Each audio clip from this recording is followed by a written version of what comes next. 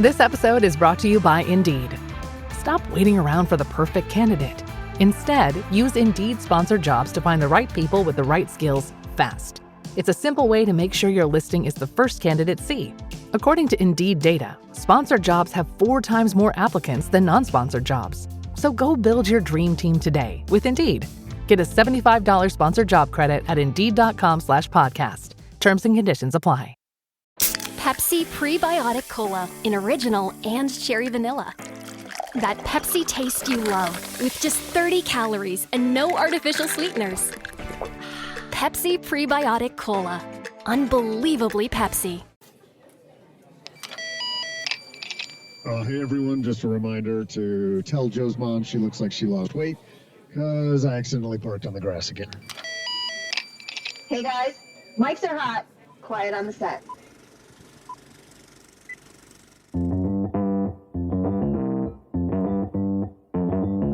Live from the basement of the YouTube headquarters, it's the Stacking Benjamin Show.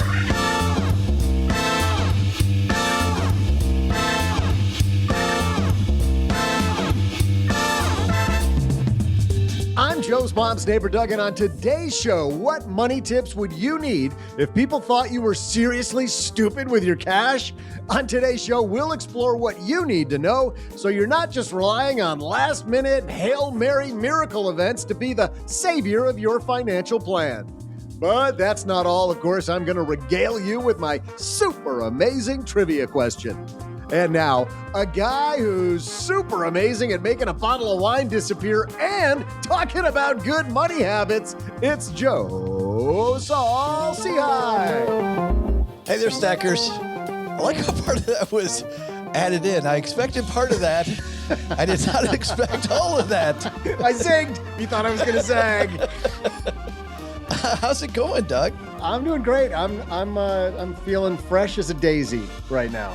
Is that a euphemism? Is that yeah.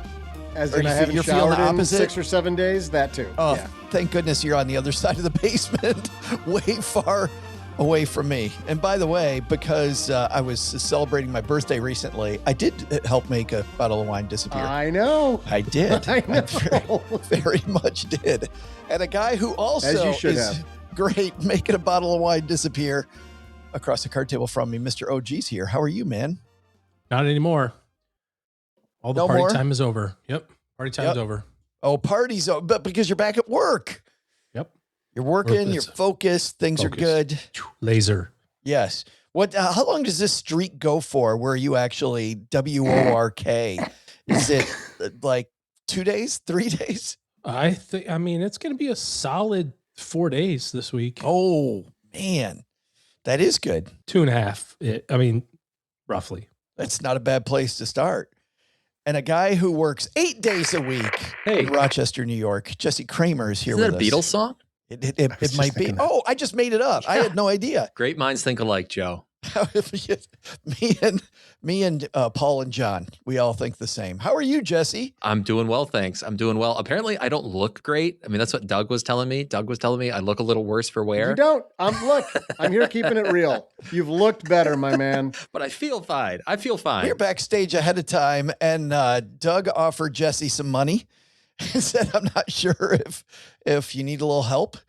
Not sure what that was all about. Well, he was holding that metal soup can, Joe, jingling some change. I thought maybe he could use a help. He could just friends helping friends. Well, at least you don't have to admit, Jesse, that you smell bad, which is great. Correct. Everyone smells Yes. great over audio. And oh man, and a woman who never smells bad. Is that like the worst introduction ever? Thank goodness she's a good friend. From the Money Nerds, Whitney Hanson's back. How are you? I am great. I'm better now that I know I never smell. Thank you for that. Never smell. No. Moms never smell. Yeah, I was going to say with the 13-month-old, that's even better news for me. So I'm really great to hear that. I remember when my twins, Whitney, were that age. And let's be real. You smell all the time, like a baby that puked on you or whatever, mud or whatever it might be. Yes, yes. How is the family, by the way? So good. She's just growing up so fast and learning how to walk and keeping me on my toes even more than I expected. But it's going great. That's what we say about Doug. It's pretty incredible how close that is, our lives.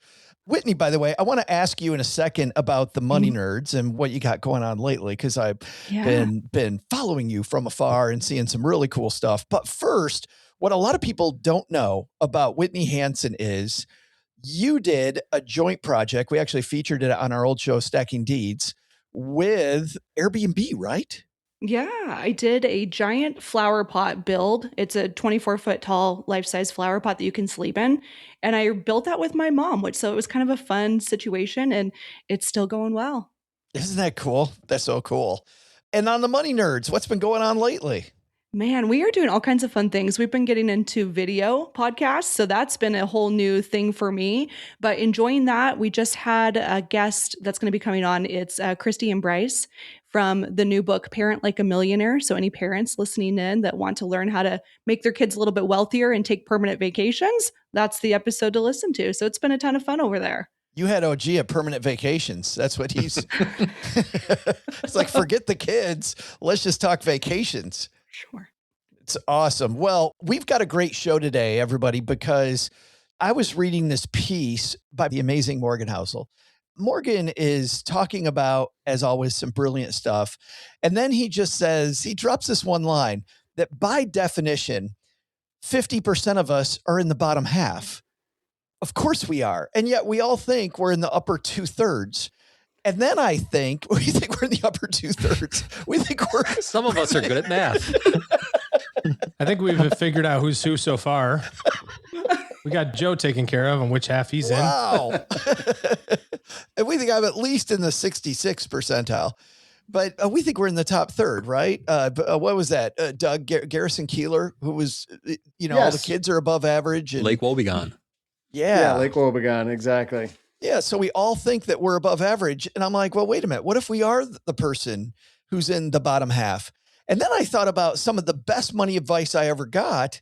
It wasn't this brilliance. I mean, I think part of the brilliance of Morgan Housel is when he says that stuff that's right in front of you. And you go, oh my, well, that's, doesn't take a rocket scientist to see what that's all about. What I wanted to do, this is the thought exercise, everybody, I gave our team. Let's say that we have a friend that we know is in the bottom half, right? And we want to help them be great financially. So it can't be something that is this, huge optimization strategy, mega backdoor Roth IRA.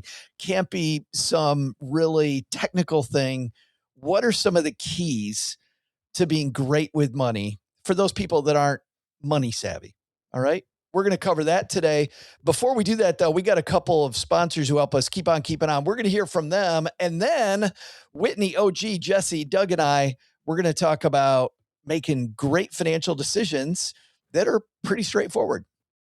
You may not know that when we started Stacking Benjamins, it was a blog. And even then, just the startup cost, I remember thinking, is this the right thing? And what if I write things and nobody comes, right? Well, luckily, that didn't end up happening. But starting something new isn't just hard. It's terrifying. There's so much work. You're not sure whether it's going to work out. You're not sure if anybody's going to read it. And then we change it to a podcast. Is anybody actually going to listen, right? What if nobody wants all the stuff that we have? Well, had I used Shopify, it would have been even easier because with their expertise, their helpful tools, and their easy-to-use platform, that's something that would have made Stacking Benjamins more effective much, much more quickly. Shopify is the commerce platform behind millions of businesses around the world and 10% of all e-commerce in the U.S.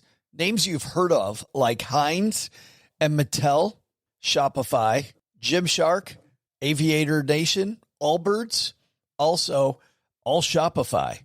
Get started with your own design studio with hundreds of ready-to-use templates. Shopify helps you build a beautiful online store that matches your brand style. And best yet, Shopify is your commerce expert with world-class expertise in everything from managing inventory to international shipping to processing returns and beyond. And did I mention that iconic purple Shop Pay button? It's used by millions of businesses around the world. It's why Shopify has the best converting checkout on the planet. It also helps boost conversions, meaning less carts going abandoned and more sales for you. So you're stacking Benjamins much more quickly. Time to turn those what ifs into with Shopify today. Sign up for your $1 per month trial today at shopify.com/SB.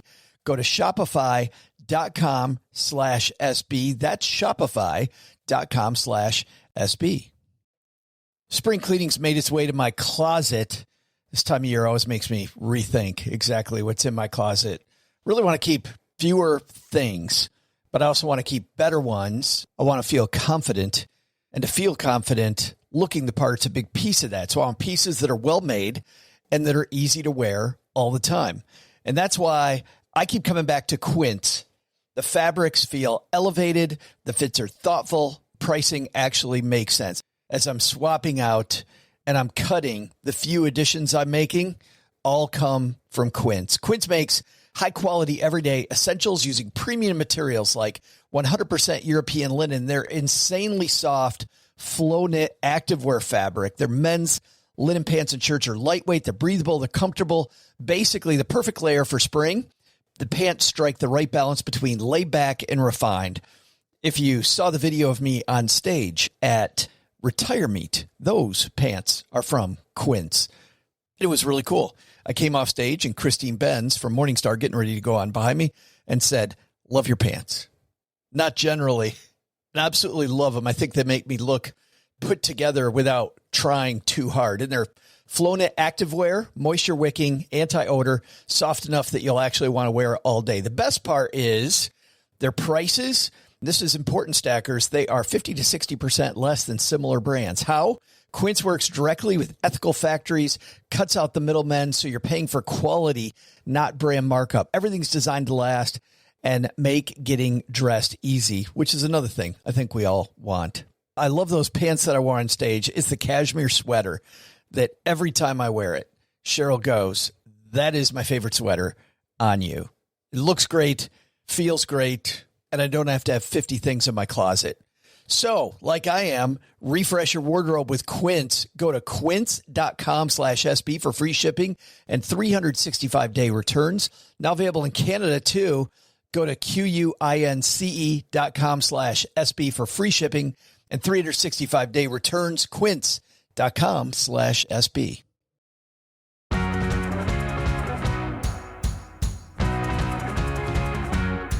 All right. I love this topic.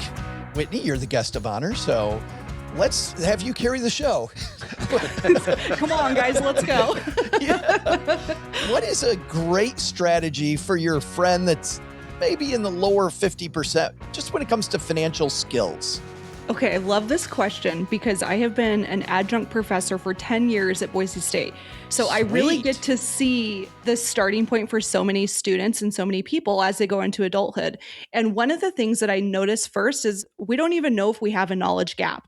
And so what I would say first and foremost is figure out where you may be falling behind due to lack of knowledge. So for most 18-year-olds, they're not going to know about 529s. They probably don't even care yet, but they should probably know about credit scores and budgeting. So one of the things that I like to do for most of us is I go to Investor.gov and I check out their quizzes. They are like so nerdy, so academic, I know, but if you take a quiz, it's going to start to show you some of your maybe internal gaps. And then you can start to have fun with this. And I like to theme my months. If I notice that I'm maybe a little bit behind on investing or I don't feel like I know enough, then I would say, okay, all of March is going to be investing only. That's the only topic I'm learning. I'm listening to podcasts, I'm reading books, and I'm starting to apply one specific topic. And I mean, think about that. If you do that every other month for a solid year, you're going to be a little bit better than average on 6 different money topics. So I think that's where I would probably tell my friend to start. Okay, show's over, everybody. There it is. Thank you, Whitney. We'll see everybody next week. As you're talking, I'm thinking about the fact, I love this idea that we all start with different deficiencies. And I started thinking about, like, what was something that a lot of people know that I had no idea about? And I can tell you exactly what one was. I didn't understand the difference between an investment and an IRA. I remember when I was in college, that was really tripping me up.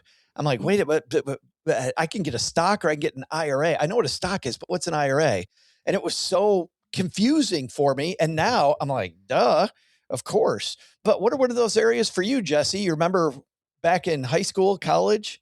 I still see it to this day, Joe. I mean, that's one of the most common ones is, here's a question for you, Joe. I mean, what's smarter, investing in an index fund or using my Roth? Like we see these questions all the time. And, you know, for those who know the difference between the two, you realize it's kind of like saying, trying to think of another example that's a little more mundane. It's like, you know, do you walk to school or do you bring your lunch? We're kind of talking on two slightly different axes, but I still remember when I was starting to learn these ropes a little bit, just in the smallest way. It was my first job out of college. I was earning an income. This thing called a 401k was there and it was growing for some reason. I was contributing money to it. I just didn't really understand any of the underlying mechanisms. And there was so much I didn't know. And that's, I guess, one of the hard parts about ignorance is you're often ignorant to just how ignorant you actually are. Is it Dunning-Kruger? Am I thinking of the right thing? That Dunning-Kruger curve? I don't know what I don't know. Exactly. And the scary part about it is usually that first bit of knowledge that you start to get really increases your confidence a ton. So like you've learned 5% of the knowledge base and you think you're like the smartest person out there. And then only as you keep learning do you start to realize how much you don't know. And then eventually maybe you learn enough to actually become an expert again. But maybe I'm still in my Dunning-Kruger phase. I don't know. That's a little scary to think about. But some of the conversations that I have, hopefully I'm past that bottom part of that Dunning-Kruger curve. But I think maybe one of the scary things that I think about regarding today's topic is that there are plenty of people out there who just, you know, they know that first couple percent of the knowledge base that can be important to you in personal finance. But man, do they think they've got it all figured out? And that's a recipe for potentially personal disaster if you think you know everything, but you barely know anything. That's what scares me is the overconfidence. Yeah. I do get excited though when I see somebody who's like 5% into the curve and they're bragging to me about how they just found out about the thing. And I'm like, you are on this terrific journey, but it all is in the journey. The person that's beyond bragging who's like, well, you don't need to worry about that because blah, blah, blah. And, but you see this all the time too. I got to imagine when you have first meetings with people. I thought about this in a different way. I took the question that you had, which was, what would we tell people in terms of like knowledge, or like where would we have people start? So I think there's a lot of things like Jesse was talking about, like what should I invest in, this or that are not related. We see a lot of stuff on credit. I know that there's one person in the chat that just said something about credit. I just had a conversation with my son this week. He's a freshman in business school at A&M, and then one of their classes that they have people come in that are graduates and like talk about their job and trying to get the kids some exposure to what else is out there. And clearly he had somebody there who was a real estate person and very much had the, you know, if you're in debt $1 million, that's your problem. But if you're in debt to the bank $1 billion, that's theirs. So get into debt as much as you can because that's how you leverage everything and stuff like that. And it's like, that's a great example. Like, that sounds like a great idea. Like, why would OPM, right? Other people's money. Like why would I want to use my own money? I'll use other people's money. And then you start kind of unwinding it. And my coaching with him was, well, let's walk through this, but let's find out how you die first. You know, like, where does this end badly? And it's like, oh, well, if I don't account for all these bad things that can happen, it can get really, really messy in a hurry and really blow up a lot of stuff. So I like that example of the Dunning-Kruger, effect. A lot of people know that I fly airplanes, and there's an example of an accident that happened this past weekend. And I think I'm on the other side of that curve, like at the very bottom where I'm like petrified now again. Like, I've flown a lot. I know a lot about flying. And then like I see an accident that happens like this. And one of the comments in our chat group was, there's probably people out there that said, oh my gosh, this type of accident could have happened to me. And I was one of those people where I'm like, I don't know that I'm smart enough to have seen this little intricacy of the detail of this flying situation that caused this dude to fly into a mountain with his family. I don't know that I'm smart enough to have figured that out. And that's just part of learning and growing, is recognizing there's got to be a little bit more knowledge somewhere there too. And you can do the same thing with your money. Leverage is a great example, right? Leverage is really cool and it works really well, but you can blow up the whole family pretty quickly if you do it badly. People are leaving some fantastic stories on our chat on YouTube. We record these Monday afternoon, so come join us on a Monday afternoon and be a part of the show. Curtis is the one I think, OG, you're talking about. He says, I was told by a mortgage broker for our first home that we needed more credit lines and should go open multiple, quote, store branded credit cards. Pretty ridiculous. I don't know. Why would is the mortgage broker then somebody who's 5% up on the scale. Like they think that's the answer. You know what I mean? This is somebody that isn't aware that they're sending. Well, you got to demonstrate your ability to handle credit, right? Makes sense to have a lot of it to be able to demonstrate your ability to handle it. Yeah, so go apply for it all at once. So you tank your credit very quickly. Well, there's the other side of that. Yeah, not good. Kelly says, through my 20s and 30s, I didn't know I had to enroll in my employer's 401k to save for retirement. Was more focused on paying my monthly bills. And then there's other people that know, by the way, Kelly, and thank you for the note. There's people that know, yeah, but that's way, like, you know what I mean? We don't understand compounding interest. So Whitney, I love that as a kickoff. Let's go take some quizzes like at Investor.gov. Let's dive into where our weaknesses are, design ourselves a curriculum, but let's set up some of these systems for people, because I feel like some of the systems are where we really win. Jesse, what's a system we could help somebody who might not be that money savvy, not have to be that money savvy and still win? Let me see if this answers your question, Joe. A system. So I think this is maybe a mental system, but it's really to focus on what you can control. Okay, so there's this broad system that someone who's maybe in the bottom half of the personal finance sphere, and maybe they're even aware of all these different things, like, oh, I got to pick a stock that's going to win. Like that's something that good finance people do, right? And I got to look the part. I got to dress up in nice clothes. Like that's something that finance people do. Like my point is that there are a lot of things in the world and in the world of personal finance that are somewhat out of your control. You can focus on the things you can control. You can focus on your savings rate. You can focus on lifestyle inflation. You can focus on your career capital. And I think so much of the foundation of good personal finance is just focusing on those things that are within your circle of competence and within your realm of control, and accepting the fact that sometimes the things that are out of your control are actually going to go against you, which it sucks. Like nobody enjoys doing that. Nobody wants to feel like they're losing in some way, especially when it's something that's outside of your control. You know, it's kind of wasted energy to get too anxious about those things outside of your control. So focus on what you can control. That'll be the system that I use to answer that question. But I'm wondering, Whitney, how we do that, because I'm thinking it was always back when I was an advisor, it was always the new investor, right? Mm-hmm. That would see the stock market as an example as voodoo. And also to judge the results as if the fund had been bad that they chose, instead of the fact that they invested when the market was down, right? So they think, oh, I should have never invested right then. That was crazy. Because you can do the right thing, as you know, and have it initially not go great. So how do you teach somebody who's brand new at this to not pay attention to the stuff they can't control? I think the kind of like what Jesse was talking about is really honing in on what you can control, which for so many people, it's cash flow. Can you monitor your cash flow? Yes. At the end of the day, it all comes down to how much do you earn and how much goes out every single month. And for so many people, we don't track that. We don't pay attention. It's a lot of money leaks. And that does impact your ability to have extra money to pay off debt, to invest, to take a sweet vacation, to set up that estate that you need to, your wills. There's so many things that come down to cash flow. So an exercise that I personally have to go through occasionally, if I feel like I've been a little bit lazy with my own budgeting, I will print off 30 days of my transactions. I'll do my bank account and I'll do my credit card statements just for 30 days. And I will assign 3 categories that are ones that I maybe slack off on or don't really know how much I spend. So this would be, for me, coffee. I love my coffee. It would be eating out and sometimes groceries. I get a little bit lazy there too. And then line by line, I highlight every single transaction. And a lot of people are like, yeah, but Whitney, we know there's apps that do that for you. Did you know that? I'm very aware. But the reason why I like this so much is when you are going line by line, your brain goes, oh, damn, I have to take accountability for this. Like this was me swiping my card. Like the fact that it was tactile is what's working for you. It does. And it does so much more differently. Like I've done this in a lot of groups.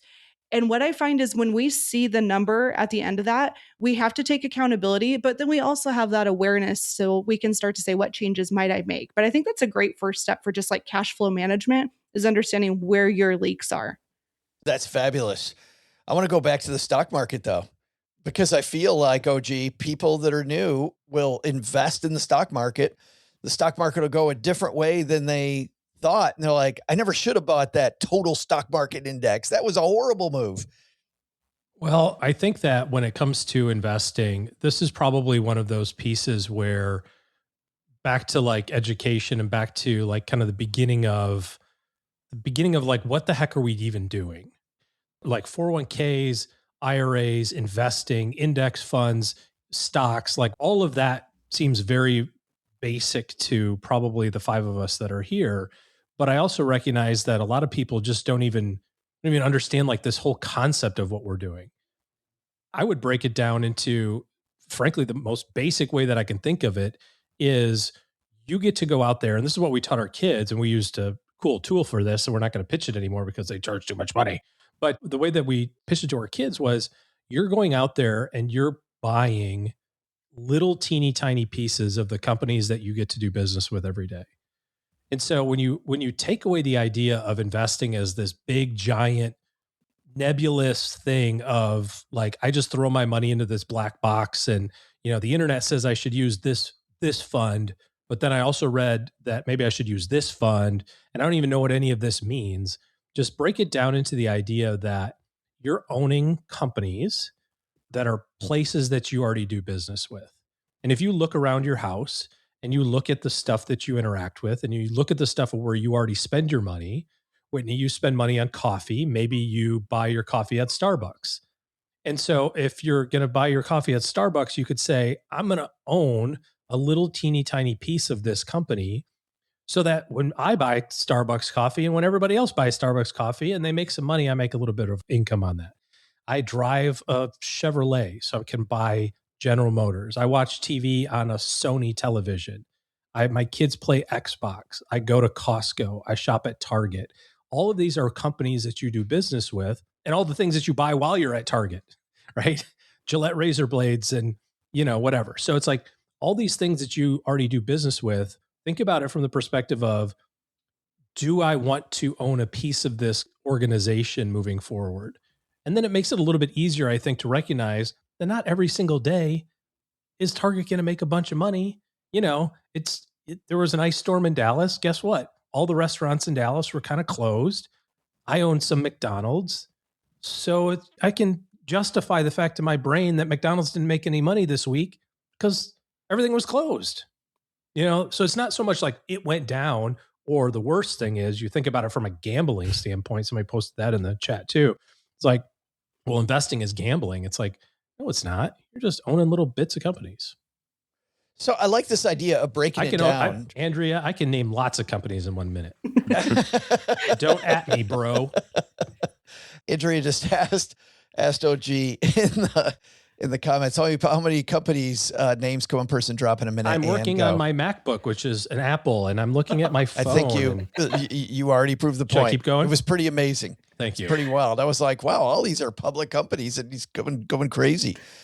It is interesting, Whitney. I do like the idea. OG said, break it down to the smallest component, which is you own these companies. I like that. Mm-hmm. You know what? On a daily basis, it might not do well, but I also like something that Jen, I believe, said in the chat, which was this idea of putting money into the 401k, which means here's one that I really like. Just the idea of automatically investing a little bit. Mm-hmm. Like you don't need to be a brain surgeon to do this. You don't need to be brilliant to do this. You got to go to your HR one time and all of a sudden you're winning week after week, paycheck after paycheck. Like there's a system that works. Oh, I agree. I think the part about investing that feels so scary is when we think of investing, we think of the big dollar amounts at the end. A lot of stakes on the line. It feels really scary and heavy. So we're thinking about the $1 million portfolio we have to build, not the $20 that we have today that we can invest into an ETF or an index fund. So it is a little bit scary, but I do think if you start with such a small amount that it doesn't feel so heavy when it goes up and down, when you start to boost your confidence and you continue doing that, you do have those ups and downs and you feel okay about it because you practice with your $20 and now you have $200,000 and it's still a little scary, but it's not the same degree. And so I think it is just kind of those little baby steps where you just get your feet wet and you just try it with a little bit here and there. You know what I really like too is you can also then break that down to the smallest step. After 6 months, yeah. I would show my client the different prices we were buying in at, so they could see, OG, what you were talking about. A little bit up, a little bit down. See, it's going to go like this, but guess what we're doing? we're just continually buying, and look at what happened to you. Now your dividend check's bigger. Now you've got much more money invested, and it didn't break anything in your budget because, Whitney, we've done some of the stuff that you were talking about. I want to keep this rolling in the second half. I want to talk about risk management, which is a hard thing for people to understand, right? Buying insurances, you see so many people, especially that aren't financially savvy, get ripped off on insurances. We'll talk, but Whitney, you mentioned you doing your estate plan. Like, why do I need an estate plan? I'm 30 years old. Like, does it matter? So we'll talk about those and more. But at the halfway point of every episode of Stacky Benjamins on Fridays, we have this amazing year-long competition between our three frequent contributors. Oh, that is Jesse, OG, and Paula Pant. Whitney, you are on Team Paula Pant, which is good news and bad news. Do you want the good news or the bad news? Give me the bad. Let's just get it over with. Well, the bad news might be the good news in this case, which is Paula, as usual, is incredibly brilliant, but is in last place. No, she's not. She's tied for second, isn't she? She is indeed tied for second. See? Yes. Not last. Which also means she's tied for what place, Doug? Dead freaking last. Yes. So the bad news here, Whitney, is Doug's going to give you the score. And, well, it isn't looking great for Team Paula or Team Jesse Cramer. Hey, we'll do what we can, and the stakes seem pretty low, so I'm up for it. Well, you can't do worse. The great news, Whitney, is you can't do any worse. We had a giant shift last week. OG used a margin call, and that just changed. It was a tectonic shift in the No, it wasn't. Really, nothing changed. OG stayed in the lead. He's got 5. Jesse had 1, but he lost it. He went back to 0, and Paula always had 0. So we're right back where we've been for like 15 years on this show. OG in the lead, and he is the evil empire. Please embarrass him today. That's right. And here is the deal, stackers. And Whitney, this is for you too. OG used his margin call already for the first quarter. His won't come back until April 1st, but Jesse has the opportunity on this episode, if he wants, to say margin call to you or to OG. And that means can't to Paula if doesn't have a point. Can't to Paula. Oh yeah, that's right. He can only do it to OG. Don't you have to have a point to be able to margin call though? Because you have to lose a point. Can you go negative? You can go negative because you get 1 margin call per quarter, no matter what. Golly, that could really widen the gap, Jesse. OG, just tell me what you would do if you were in my shoes. Just make my decisions for me. Actually, OG, can you margin call for me, OG? And then can you also answer for me before you answer for yourself? Sweep the knee. If you're ahead, you keep winning by all manner possible. So Whitney, if Jesse says margin call, what that means is that OG will have to answer the question correctly. I have to be the closest. And if he's not, he'll lose a point and Jesse will gain a point, right? No, he gets a point if he wins. He gets a point if he wins. I'm sorry. Well, can we explain this again? We're just trying to give Jesse points. And basically, if either of you guys win today, you get 5 points because it's tied. It'll be tied 5-5 then. Thank you for explaining my game that apparently I don't even know the rules to. I have no idea what the rules are to this game. I swear to God, Doug, I am in the 66th percentile today. I don't know what's going on. 50% of the time, it works every time, right? That's right. All right, get me out of here. What's today's question? Here you go, Joe and everybody else. Hey there, stackers. I'm Joe's mom's neighbor, Doug, and it's a party here in the basement now that Whitney's joined us. I mean, you know how crazy it gets when money nerds get together. We whip out some 1099 DIV forms, we crank out a couple of Schwab backdoor Roth contribution forms, and from there, I mean, it is off the chain, yo.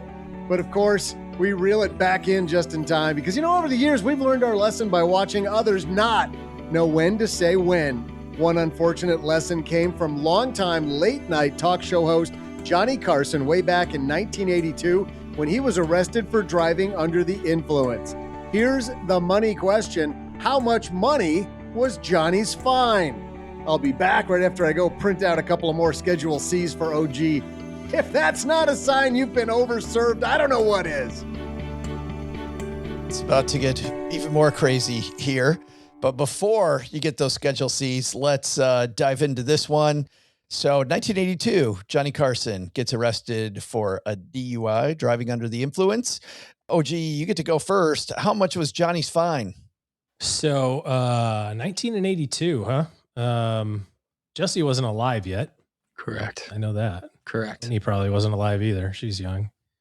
She's like, no, not even close. Doug, Joe, you guys? Doug was at the bar with Jesse or with Johnny. Joe was the bartender. Joe was the bartender. Joe was DJing the party. I'm going to say this. So there's two ideas here. One is, did they make an example of him because he's a public figure? So that's a risk, right? Like they're like, oh, we're going to throw the book at him times 10 just to maybe he does a PSA, like don't drink and drive. Like they always do to celebrities. They never get off anything easy. Well, and that's the other side. It's just like, well, we've got this thing, and like Johnny Carson got so much money, he's like, I can pay you in nickels. I don't really care what y'all want. I'm going to keep doing this stuff. And then you got the whole inflation and time value money and all that sort of jazz. So, Doug, how much was your fine recently? What did you pay? Boundaries, OG. It wasn't DUI. Sorry. Indecent exposure. It's a different crime. Oh, that's a way different thing. All right. Yeah. Fines are way different for that. Okay. Anyways, I'm going to say that the fine in 1982, old Johnny paid a grand total of $750. $750. Jesse, what are you going to do with that? I know it's expensive, but my gut was that all the expenses are like legal fees. And my initial gut instinct was lower than what OG said. I'm going to say $300. $300. Well, Whitney, we've got $750 and we've got $300. What do you think? Well, Jesse, I was kind of with you on your logic there. So my first question was this a first offense? I think it probably was. I don't know, man. I'm going $250. I'm just going to like slightly undercut you, friend. Sorry. It's okay. You can go $299 if you want. I mean, if Paula was here and she had your logic, she would probably go $299. And the answer is going to be like $310. So you can go $299 and I'm still going to win. That's right. Sorry, Paula. Sticking firm, $250. We're going for it. If you're channeling Paula, you're playing the game wrong. OG with $750, Jesse with $300, Whitney with $250. Who's right? We're about to find out. Dell PCs with Intel Inside are built for the moments you plan and the ones you don't. They're for those all-night study sessions, the moment you're working from a cafe and realize every outlet's taken, the times you're deep in your flow and can't be interrupted by an auto update. That's why Dell builds tech that adapts to you. Built with long-lasting batteries so you're not scrambling for an outlet, and built-in intelligence that makes updates around your schedule, not in the middle of it. Find technology built for the way you work at Dell.com/Dell PCs. Built for you. This episode is brought to you by Progressive Insurance. Do you ever think about switching insurance companies to see if you could save some cash? Progressive makes it easy. Just drop in some details about yourself and see if you're eligible to save money when you bundle your home and auto policies. The process only takes minutes, and it could mean hundreds more in your pocket. Visit Progressive.com after this episode to see if you could save. Progressive Casualty Insurance Company and Affiliates. Potential savings will vary. Not available in all states. Unlike other AI, Slackbot lives in Slack. It understands you, your team, and your work, so you can ask it for help with anything. Can I ask it to summarize client feedback? Yes. Can I ask it to find time for a meeting? Absolutely. Can I ask it to turn our meeting notes into a launch plan? Sure. Can I ask it to call me the boss? Actually, you can. The balls. See how Slackbot can turn you into the balls at slack.com/meet-slackbot. Andrea in the chat is wondering if Jesse's gut is more reliable than Paula's. Actually, it should be Whitney's gut more reliable than Paula's. Whitney, you feeling good? I'm feeling all right. I don't know. Jesse, I'm surprised that nobody thought it was more than $1,000. Like I said, the legal fines themselves, I thought tend to be like kind of on the small side. Like the judge fines you, even today, like judge fines aren't that big. It's the I mean, it's like $5 or $10 grand now. And I genuinely don't know. Don't ask me how I know. Is that the I no experience? Yeah, is that what the legal fine is? I thought because I'd heard that it can be that expensive when you get a DUI, just like you said, OG, $5 or $10 grand. But my thought was like, 95% of that is the attorney's fees for trying to prevent you from getting into deeper maybe trouble. Right? Maybe But I don't know. Mm-hmm. I don't know. I don't know. OG, feeling confident? I believe it's one of two things. It's either going to be an astronomical number because it's Johnny, or it's going to be a really small number because that's just what the book said back in 1982. Or is it a tiny number because it's Johnny, right? No. They wouldn't give him a lower number because he was a celebrity. They either threw the book at him or did whatever the schedule said in the, San Diego manual or wherever the hell he was. Well, here are the scariest words in modern sports. Doug's about to let us know. That's right, everybody. Hey there, Stackers. I'm Finance Dungeon Party Master and the guy whose safe word is liquidity, Joe's mom's neighbor, Doug. We're celebrating, but safely. Stackers, I've taken away OG's keys and his password manager so he can't drive or take a premature distribution from his 401k. I mean, nobody wins in either one of those cases. Nobody won when Johnny Carson was pulled over for drunk driving in his DeLorean back in '82. When I first read this, I assumed he was trying to hit 88 miles an hour so he could go back in time, do that Doris Day interview he did back in 1974 all over again. Go look it up. Turns out he was originally stopped for an expired registration. The iconic talk show host had a blood alcohol level of 0.16, well over the 0.10 limit. Here was the question. Besides 3 years probation, how much was he fined? Well, I'll tell you this. It was $353 more than what Whitney guessed, $303 more than what Jesse guessed, and just $147 less than what OG guessed. The correct answer is $603, making the guy that causes cold breezes to come out of nowhere, the guy who makes babies cry when he gives them candy, the guy who hates puppies, the guy who must have the password to our scripts because OG always wins. He's on a tear, Jesse. He's on something. He has more points than there are weeks in the year. And two of us are trying to beat him. The good news is, Stackers, if OG wraps us up by April, we got the rest of the year to do something else. He just start a different game. Like Dormy in June. Yeah. So I just wanted to check this out. Assuming that this is not a skill-based game, that this is all just pure luck, what are the odds that someone would win 6 times in a row? It's 0.14%. 0.14. It's 14 in 10,000. That's how lucky. That's not just. This isn't like golf handicaps. It's I have 20 years on you in terms of it just life experience. That's fair. Jesse. That's fair. Sorry, bud. Yeah, you were alive in 1982 and I wasn't. I think that's or Whitney. Jesse, it's not quite as bad because he didn't win 6 in a row. He actually only won 5. But when somebody won for me when Sarah Catherine was here. Not only did she win for him, but she won the game show that we had that day. So she got an extra point for him. It was that 2 for Sarah Catherine Gutierrez. The odds are only like 1%, not 0.1%. That makes a lot more sense. Yeah. Somebody goes, like when Augusta Tiger proofed its course and just made it easier for him. Charles in the comments with a golf analogy. Let's dive back in, guys, because we got some people that might not be financially savvy. Whitney, we'll go back to you. Let's talk about risk management because, all you hear, especially when you're starting out, I remember thinking this, like insurances are evil. People that sell insurance are evil. How do you make what's a good way for a non-financially savvy person to dive into the world of insurances? Well, I think most of us are probably already doing that. So hopefully that gives you some peace of mind. You have car insurance. If you own a home, you have to have a mortgage insurance. There's different pieces of insurance that will help cover you. But the other portions is going to be a lot of situational dependencies. So I have properties. I have fire insurance on one of my properties in the mountains. That's not something I need on a different property. I have a child now. So life insurance is very important to me. When I was 20, it didn't really make any difference to me whatsoever. So I think it's getting to the point where whatever your stage of life is, you're going to probably have an idea of what types of insurance you need. If you're married and you combine money of some type and you depend on that income, you probably will need some type of life insurance. That's where it gets a little scary though, because there are so many bad characters in the financial world when it comes to that stuff.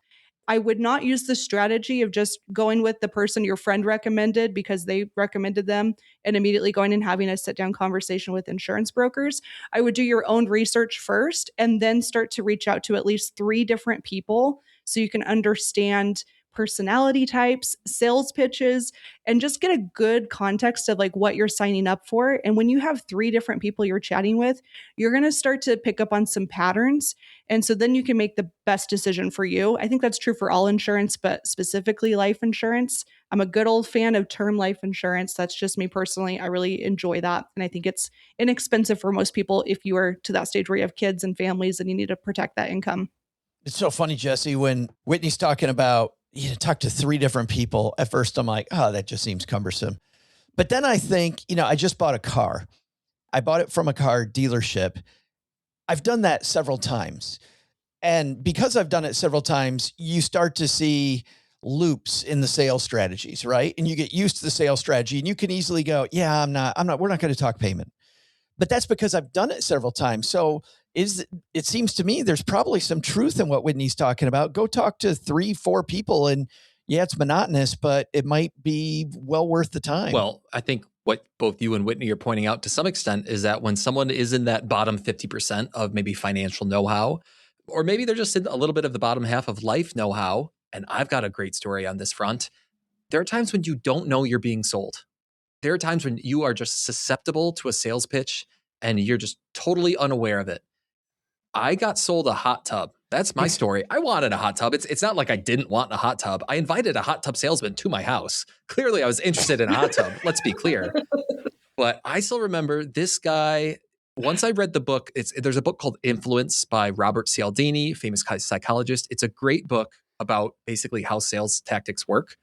And this hot tub salesman, I only learned after the fact, used like every psychological trick. He gave you a signed copy of the book? Yeah, basically. He said, thanks for the commission. With my commission, I bought you a book. Here's a gift for you. And basically, my point is going back to the whole insurance sales, the idea of talking to 3 different people is maybe you can start to compare and contrast the different things they said. Maybe you can start to notice a pattern like, all 3 of them said, boy, sure would be bad if you left behind your entire family in destitution because you didn't have insurance and it made you feel a certain way and it probably compelled you to want to buy something like that. But I'm sorry. Halfway through that story, it's like, what does destitution have to do with a hot tub? Like, that's a hell of a sales pitch. You would want your family to not have a hot tub. So I'm Quentin Tarantinoing now and going back in timelines. If you want me to talk about the hot tub, the one thing I do remember was this gentleman's daughter was in like dire financial straits. She couldn't make a college payment. He had promised her that he would help her make the next payment and that this sale of this particular hot tub would really help him. Not only would it answer my dreams apparently for owning a hot tub, but it would really help him out. So he was guilt tripping me a little bit. Anyway, we are all susceptible to sales. That's my point. That's the big point here.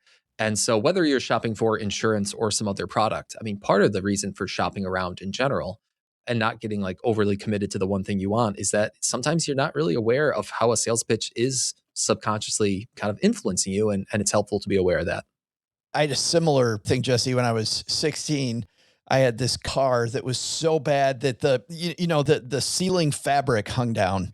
It wasn't even glued to the top anymore. Like it was that bad. And I took the car in to get a new muffler, and the muffler salesman takes me to the back room where he's restoring a car and he's got this hot new engine. He's like, that car you're working on could be like this. I went home with sport struts, with new shocks, new sport struts, and like the sport muffler on this piece of crap car. And what was funny was that the receptionist, even, Doug, back in the old days, these kids won't remember these days, but there was that big old phone book. And in the back, they had all of the coupons in the back of the phone book. The receptionist goes to the back of their phone book. Receptionist at the muffler place while I'm waiting for them to work on my car. And she's like, here, honey, this is for you. And she's telling me that I'm getting ripped off by the dude without telling me I'm getting ripped off by the dude. By trying to find me as much stuff. I remember going home to my dad and he's like, you were just going to get a muffler. Like, how'd you spend that much money? Mm-hmm. It was incredible. Yeah, I've heard about those big, thick phone books, Joe. My grandparents told me about them. There we go. Yeah. There it is. Yes. It only took us 46 minutes to get to that point. So I love the idea of talking to 3 people. OG, is there a way, you talked with stocks about going back to the basics. Do you do this when you're teaching people about insurance, like a little bit about how insurance works to kind of bring them up to speed? I can't get over the fact that Jesse is surprised that he got sold a hot tub when he invited a hot tub I'm salesman telling to his you, house. I was pretty green. Did you invite him for like Thanksgiving and then you ended up with a hot tub? Or were you like, this is, I need to learn more about that. But I will also tell you that your mind will only see what your ass is looking for. So just so you know, it was preordained. You were getting a hot tub one way or the other. But that's okay. Hopefully you got a nice one. You still use it? Sold the house and left the hot tub behind. Yeah, you did. Didn't use it enough. Didn't use it enough. Yeah. But you looking outside, I bet you wish you had one right now. What do they say about like boats? Like you want a friend with a boat. You don't want to own the boat yourself. Yeah. Same thing with a hot tub. Everybody out there listening. Friend with a hot tub. I don't know anybody that says that. Like I want to go to my friend's hot tub. Hey, yeah, you know. Ugh. Depends on the friend, right? Maybe they're a good friend. It does. It better be a clean good friend. When was the last time you put this thing through chlorine?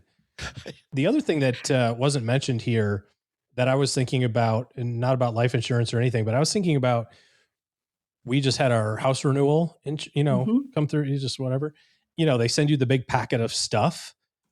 First of all, nobody ever reads that, right? It's like, here's your policy. And you're like, cool, I guess. And you never know like what's in there. Like, what does this mean? How am I covered? What am I qualified for? What do all these numbers mean? Especially like you think about like house insurance, it's got dwelling and secondary coverages and secondary buildings and replacement costs and reimbursement costs and deductibles and like all these words that mean different things. Again, we look at them, money nerds, and we go, okay, yeah, got it.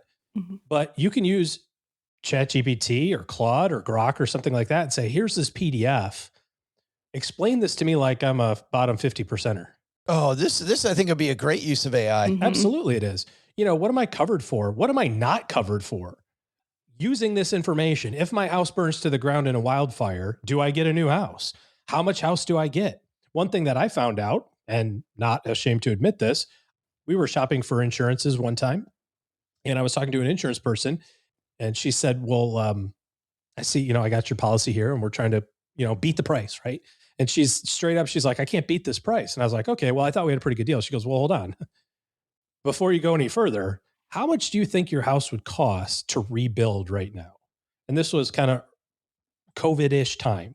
And I was like, well, geez, with the supply chain and lack of workers and, whatever, I suspect that's probably gonna be a little, it's gonna be X dollars. She's like, well, you're covered for this. I said, no, it says here that this is what, she goes, no, that's not what that means. That means that they're going to cover you up to this number.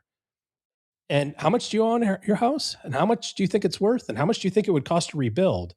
Because those are all different numbers. And our house was insured for plenty to cover the mortgage and about a half of what it would cost to rebuild, because we just accepted whatever the insurance company said and just had slowly increased. Well, the rebuild cost was way more. So what was interesting, maybe this was a sales job, Jesse. What was interesting was we actually ended up with more insurance, but I felt better about it because I was like, okay, I now understand these numbers. And I know if something happens, we're more likely to be, we're going to be covered at whole as opposed to others. So I would, shop because a couple places. You felt educated. Yeah. Shop a couple places. That's great. But then, ask for a sample policy, ask for a sample declaration and say like, I need to understand what these numbers mean and what these words mean. Just dump it in chat or just ask the person, hey, let's have a meeting and let me go through this with you. And they're going to be more cagey than ChatGPT would, but at least you can get a sense of what you're covered for and whatnot. Like jewelry, right, Whitney? Yeah. You got any jewelry? Ladies like to have jewelry sometimes. Do you see my sapphire over here? I didn't, but you seem like somebody that has some nice stuff. Like, what's the coverage of jewelry on your house? On your regular homeowner's insurance, like $1,000. It's not uncommon to have an engagement ring that's $5,000 or $10,000. So know what all that stuff means and what you're really getting when you have it. It's interesting. The question that OG poses about ChatGPT or using ChatGPT, Whitney, on the surface, I like that, but you work with people all the time when you're teaching classes. Do people even know the right questions to ask to use ChatGPT in a way that would make it helpful here? I think it depends. If we're talking about the lower 50%, probably not. It's going to be a little bit harder to know what questions to ask, but you could even just put that into ChatGPT and say, hey, I don't know what I don't know. What are some of the questions I should be asking? Yeah. But I think that's a good place to start. It certainly doesn't hurt to help with using like AI and just getting a better grasp of what things you should be looking for.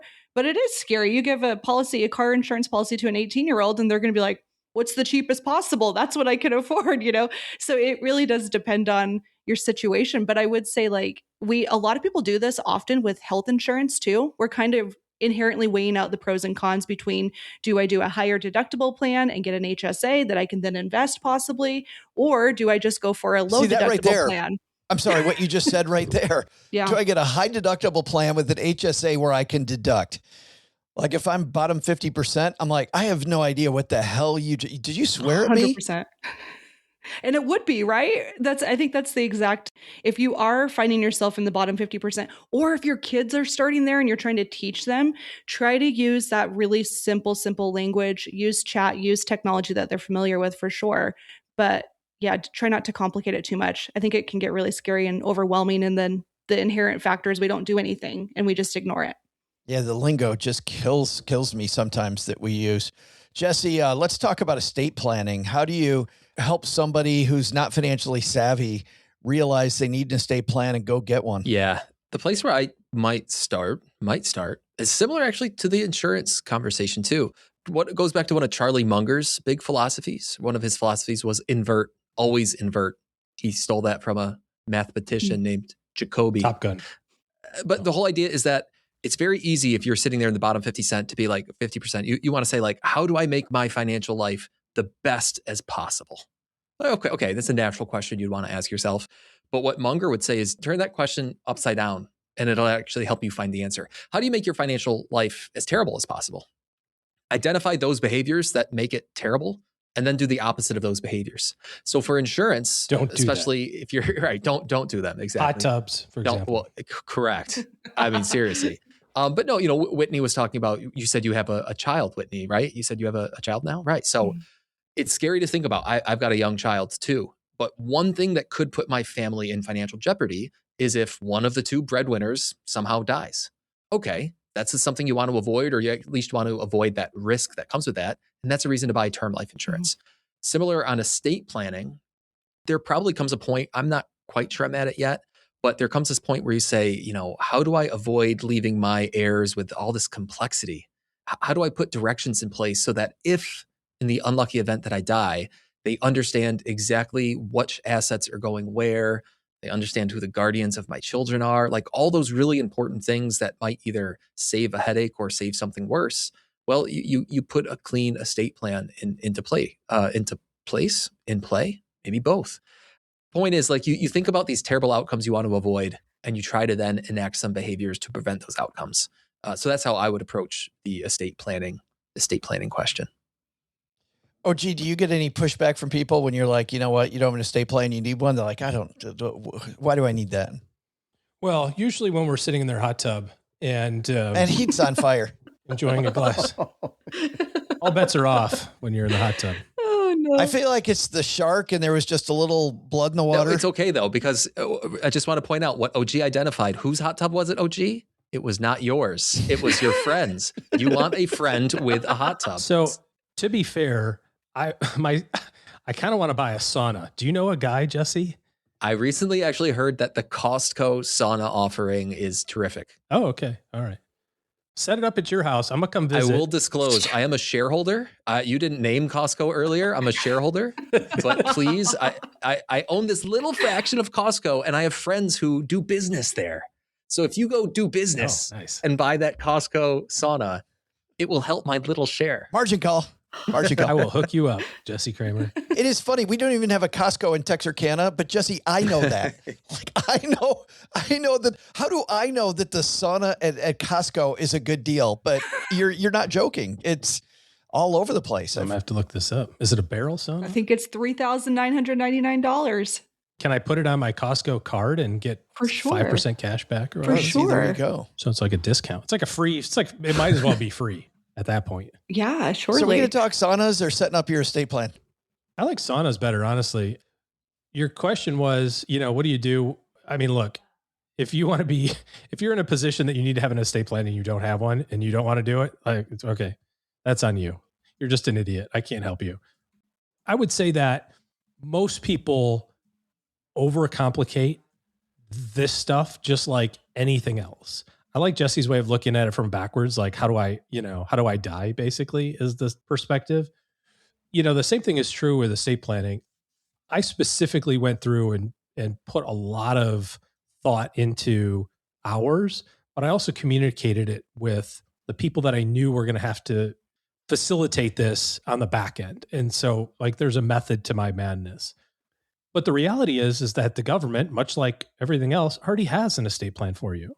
So, Joe, the answer to your question is like somebody needs an estate plan and doesn't have it. As I would say, well, like you already have one. You have the default plan, which is provided by your county or your state. And for some people, and maybe for most people, that's going to be good enough, especially if you do an okay job of making sure the beneficiaries on your accounts are correct. Like who gets my stuff when I die? But I think a lot of people struggle with trying to, whether it's estate planning or anything else, like overcomplicate something that's relatively like the estate tax limit is what, 13.5 million? It's more now. What is it? I think Jesse? It's 15 per person. It's 30 for a couple. Okay. Yeah. I mean, I was in the ballpark. You're acting like I was woefully short. Million. What an idiot. $1 billion. It's, and so if you're in a relationship, if you're married with pretty normal planning, you get 30 million tax-free, federal tax-free. Okay. I mean, that really doesn't apply to me. I don't know Whitney's net worth, but I can. Why is that? Because you're over Joe's, that? Doug's, and Jesse's. It doesn't apply to you because you got way more. I'm just saying, like, people like to sell complexity because complexity it's hard to argue with, right? Especially if you're like, that bottom 75% or 50%, right? It's like, wow, that's really complicated. I think it's complicated to change the oil in my car. My brother is a mechanic. And it's like, are you absolutely crazy? What is wrong with you? Like, this is the easiest job I do at the shop. Like, this takes me 2 minutes. I can do 5 things while I'm doing this one thing. How are you so dumb as to not do it? And we have to be careful because we're on that side of the equation. We have to be careful to say, oh, this is super easy. Just do the Roth IRA. And then, obviously you just got to max out. We were talking about 401ks earlier. I was thinking about one that I hear a lot is, no, I max out my 401k to the match. Right. You go, hold on, wait, max it out or you put in the match? Yeah, I max it out to the match. Okay, those are 2 different words that are 2 different numbers, probably. The max is 24,500 if you're under 50. The match is probably 3%, 5%, 6%. Now, maybe your income is such that the max is also the match, would be cool, but it's probably not. But we look at this and go, oh, this is really easy for us to understand. Our job, and I think if you're one of the people that are, listening, or you're in the top 50% and you're trying to explain this to the bottom 50, kids or parents, sometimes you're moving up the food chain, right? You know what's going on, but mom and dad don't. We have to be really careful to not be, judgy is probably a little strong, but judgy right. With like what, like, oh, come on, this is easy. You just do the estate plan and you just max out your 401k and you just do the back door, do the back door if you want. It's totally cool. And like pick the high deductible one with the HSA. And of course you should do the 529, but make sure you use the 529 in your state with the tax deduction, but only up to the tax deduction amount. The rest you want to do in the other state because that's a lower expense ratio. Yeah. That all makes sense to the 5 of us. Yeah. Well, 4 of us. No, I remember this. Doug's like, I'm just sitting here. Doug wasn't even paying attention. I had to like zap him back in. Doug was sitting in Jesse's hot tub in his mind going, this is nice. Daydreaming. Our knees are touching. But I do remember this. I do remember this in 7th grade. I was really struggling with math, and it was my math teacher was really not good. And I remember asking him if he'd just leave this equation on the board up a little while longer. And he looks right at me and goes, no, you understand this. It's just blah, blah, blah, blah, blah, as he's erasing it. He's like, no, it's just blah, blah, blah, blah, blah, blah, blah. I'm like, I just told you. I have no idea what the hell you're talking about. And still we go, oh, no, super easy. Is that when you turned into a janitor and then finally solved it when it was on the blackboard in the hallway? I did. You saw my movie, the movie they based on my life. It was so good. I think it won some major awards. Yeah. I think that brings up the point that I'd like us to cover last, which is this. I think, Whitney, a lot of the time when we're in that bottom 50%, we start experiencing some confidence issues, right? I love where you said we should start, But I think part of this is also just gaining some confidence. What can you tell somebody who thinks they're not financially savvy that will help them gain confidence that, like us, you can learn this too? I love this question because it's something we all deal with anytime we jump into any new area, whether it's fitness or finance or anything. Parenting, that was something for me. I was drinking out of a fire hose. But what I learned was that confidence comes from I thought confidence. you were just going to end with, I was drinking. I was just drinking. Don't we all do that when we're parents? I mean, just Johnny me? Carson did. Right. Well, now we know the fee has gone up too. That's We got to be correct. careful. That's correct. It's so bad. So I do think, though, that confidence comes from competence and competence comes from experience. And so if we just focus on the experience piece and just doing the reps and getting comfortable with it, that's where true confidence comes from, in my opinion. But you have to really go through, and it has to be from the experience piece first. It can't come the other way. You're not going to be a confident investor if you've never done it before. In fact, it'd be weird if you thought you were a great investor and you've never invested before. That would be a little scary. I think that's where we really begin, is just with the competence and working on the experience piece. Yeah, I love that. The confidence comes. Don't be afraid to make a mistake. Most of what we do, Jesse Cramer, isn't gonna kill you unless they say irrevocable on the paperwork. You could probably unwind it, whatever you do. Yeah, you got to experiment. You got to have a little skin in the game. I mean, that's something I think about for my own learning curve was having a little bit of skin in the game really inspired me to want to learn more and grow that experience and competence, and then eventually confidence, like Whitney was saying. And I also just think it's so funny how something that came up, I think as OG was last speaking, was in that bottom 50%, we all kind of agreed today that it's like, you don't know what you don't know. You're ignorant to your own ignorance. And that's really important. But then also in that top 10%, like OG pointed out, there's this thing, it's a recognized phenomenon called the curse of knowledge.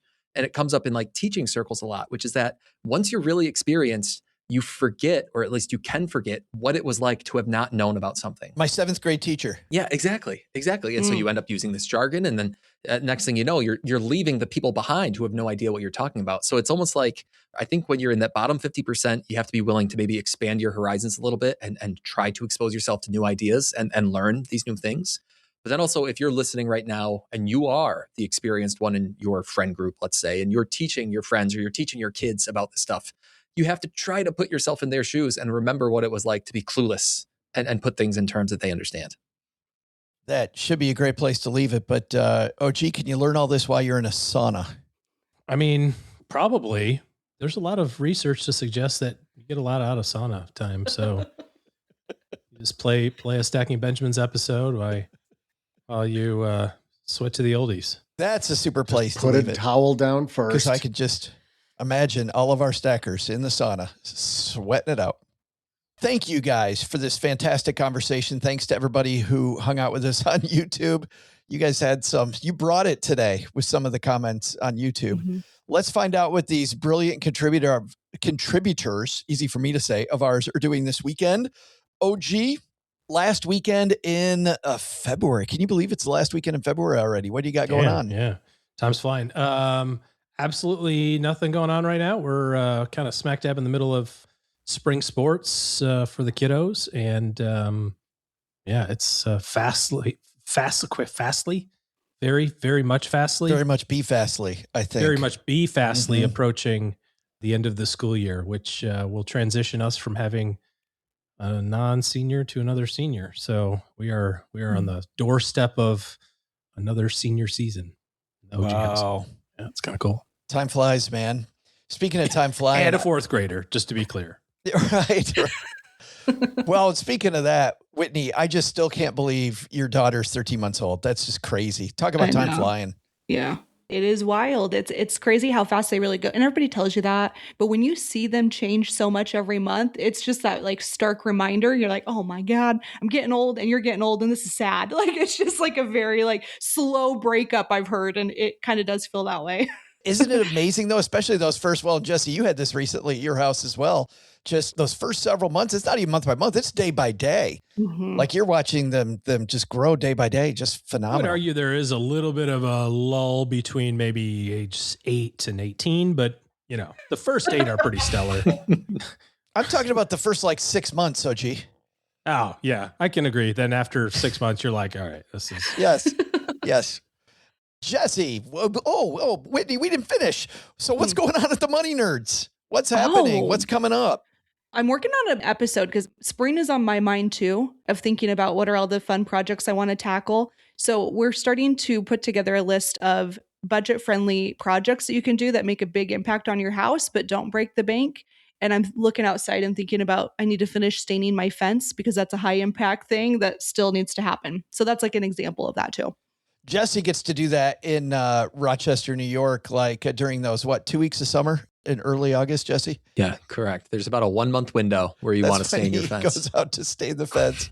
And that's at the Money Nerds, Whitney, where the finest podcasts are found. That's it. It's themoneynerds.com or on all the podcast places. It's there. All the places. Speaking of all the places, that's also where you'll find Personal Finance for Long-Term Investors, Jesse Cramer's awesome podcast. What's going on, Jess? Is it the 20th or the 27th? Can you believe it already? It is the 27th. I can't. I literally am losing track of the weeks. So I recently released an episode. I'm kind of proud of it. I'm excited to see what the audience thinks.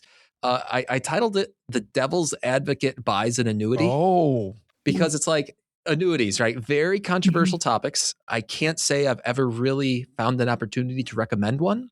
But I wanted to almost like steel man, as they call it. It's the opposite of a straw man. It's a steel man. And like truly dig into the math behind an annuity and maybe the different types of annuities. And if there is a corner case when an annuity is the perfect thing for someone to own, why?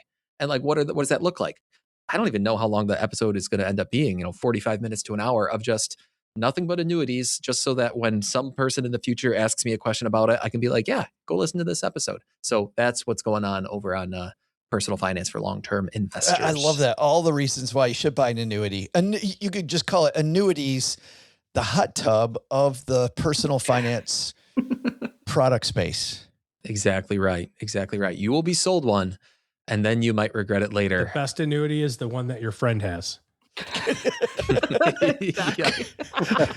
Hopefully there's a friend rider on it, so when they die you can get the benefits. Could you imagine the woman selling you the annuity going, my daughter needs new shoes. I'm going to use that next time. And if you buy this annuity, I've got a kid at A&M. I can imagine that, Joe. Tuition's not cheap. It's like $25,000 a year.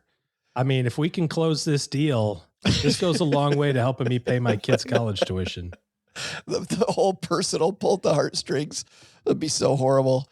All right, that's going to do it for today. Thanks again for hanging out. We'll see everybody back here on Monday. Let's stack some Benjamins, shall we? Doug, you're going to take it from here, man. What should we have learned on today's show? Well, Joe, first, take some advice from Whitney.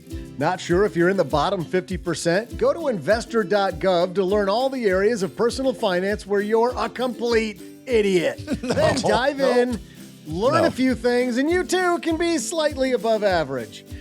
I think she said that. Second, I love the point OG made when he said the thing about the homeowner's insurance. Make a PDF of your policy, upload it to chat, and let AI give you a layman's understanding of your insurance policy.